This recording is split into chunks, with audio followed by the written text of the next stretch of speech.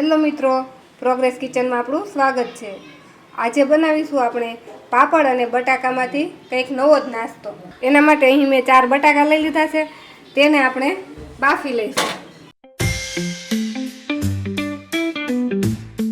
આપણા બટાકા બફાય ત્યાં સુધીમાં આપણે પાપડના ટુકડા કરી લઈશું। અહીં મેં અડદનો પાપડ લીધા છે, તેને આ રીતે આપણે ફોલ્ડ કરી દઈશું અને એના નાના નાના ટુકડા કરી લઈશું।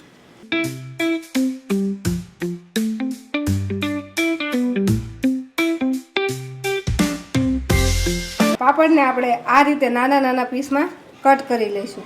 હવે આપણા બટેકા પણ બફાઈ ગયા છે। આપણા બટાકા પણ હવે ઠંડા થઈ ગયા છે, તો હવે આપણે બધા બટાકાની છાલ ઉતારી લઈશું।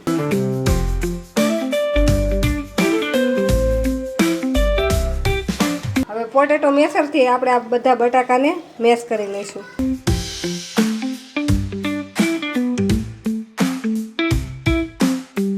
આપણા બટાકા મેશ થઈને રેડી થઈ ગયા છે। હવે તેમાં આપણે નાખી દઈશું 2 ચમચી ચોખાનો લોટ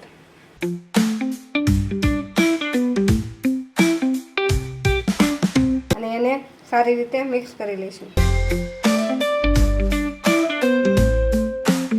હવે આપણે બટાકામાં નાખી દઈશું 1 ચમચી આદુ મરચાંની પેસ્ટ, સ્વાદ પ્રમાણે મીઠું, pizza mix, chilli flakes, oregano, chaat મસાલો અને આમચૂર પાવડર, અડધી ચમચી કાશ્મીરી લાલ મરચું ને અડધી ચમચી હળદર। આ બધાને આપણે સારી રીતે મિક્સ કરી દઈશું।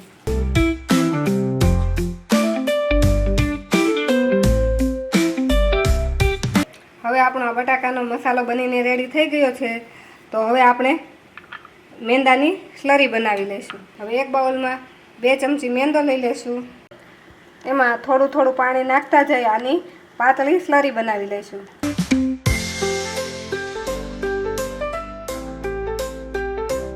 હવે આપણી મેંદાની સ્લરી બની ગઈ છે, તો હવે જે આપણે બટાકાનો મસાલો બન્યો છે તેની વચ્ચે આપણે એક ચીઝની સ્લાઇસ કરીને મૂકશું, તો એનું આપણે કટિંગ કરી લઈએ। તો તેના માટે મેં અહીં આ રીતે ચીઝનો એક ટુકડો લીધો છે, તો આ રીતે આપણે બધા ચીઝના લાંબા અને ઉપરથી ચોરસ એ શેપમાં આપણે બધી ચીઝને કટિંગ કરી લઈશું।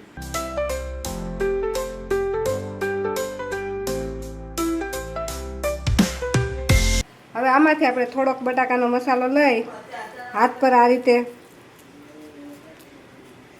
લઈ તેને આ રીતે આપણે દબાવીને તેની વચ્ચે આપણે ચીઝનો ટુકડો મૂકી દઈશું અને આ રીતે એને ભેગો કરી અને તેને રોલ વાળી લઈશું।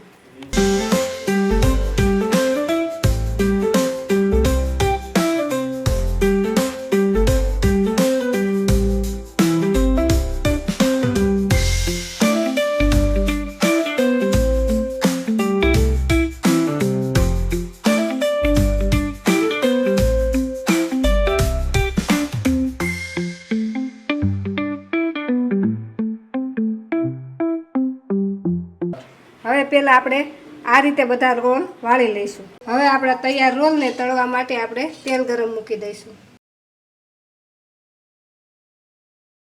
આપણું તેલ ગરમ થાય ત્યાં સુધી આપણે આ રોલને મેંદાની સ્લરીથી આ રીતે કોટ કરી લઈશું।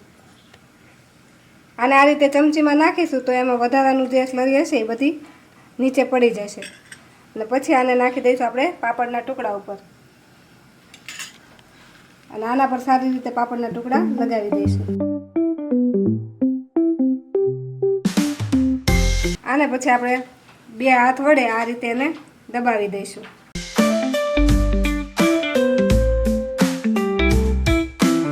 આપણા આટલા રોલ બનીને તૈયાર થઈ ગયા છે ને આ બાજુ આપણું તેલ પણ ગરમ થઈ ગયું છે, તો આટલા રોલને આપણે તેલમાં તળી લઈશું। ને આ તળવા ટાઈમે ગેસની ફ્લેમ એકદમ સ્લો રાખવાની છે।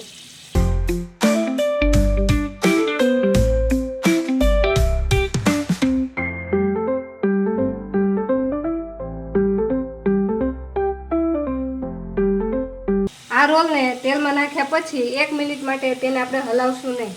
1 મિનિટ માટે એમને એને તેલમાં ફ્રાય થવા દેશું, પછી જ એને હલાવશું। હવે આપણા રોલને આપણે ધીમે ધીમે પલટાવી લઈશું.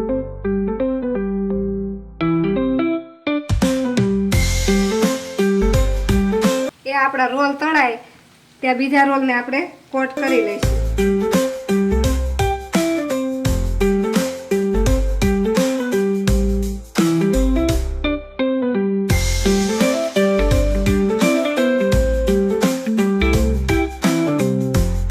આપણા બધા રોલ તળાઈને આ બ્રાઉન કલરના થઈ ગયા છે. તો હવે આપણે તેને એક પ્લેટમાં કાઢી લઈશું. એ જ રીતે આપણે બાકીના બીજા રોલ તળી લઈશું. તો તૈયાર છે આપણા પાપડ ચીઝ પોટેટો રોલ. તે ઉપરથી એકદમ ક્રન્ચી છે અને અંદરથી એકદમ ક્રીમી છે.